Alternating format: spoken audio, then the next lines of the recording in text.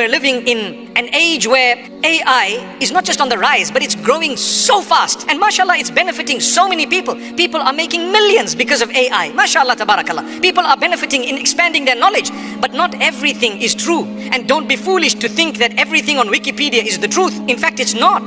If you think it's the truth, you're being foolish. You've got to verify, even if you've read it online. You've got to verify. I remember when I was a little bit younger and I'd graduated from Medina, I came back home, and my mother, sometimes I would tell her that, you know what you've done here is not absolutely accurate and correct. She says, no, I read it in a book. And I tell her, which book? She says, I read it in a book. And I've read it myself. And I told her, Mom, I will write a book and then you can read my book. Sometimes people think because I read it in a book, it's the truth. It's not necessarily the truth. Anyone can write a book. Anyone can post. Anyone can say what they want. But what is more scary is, did you know there are people who have made it their business to employ every method possible to deceive you and I in a way that serves their agenda, that would divert you from Allah and His Messenger, that would divert you from goodness, from kindness, from justice. Whether we look at Gaza or anywhere else across the globe, the information that you consume, you need to understand, where did I get it from? Is it true? What is it all about? And so on. Sometimes they will make you hate each other,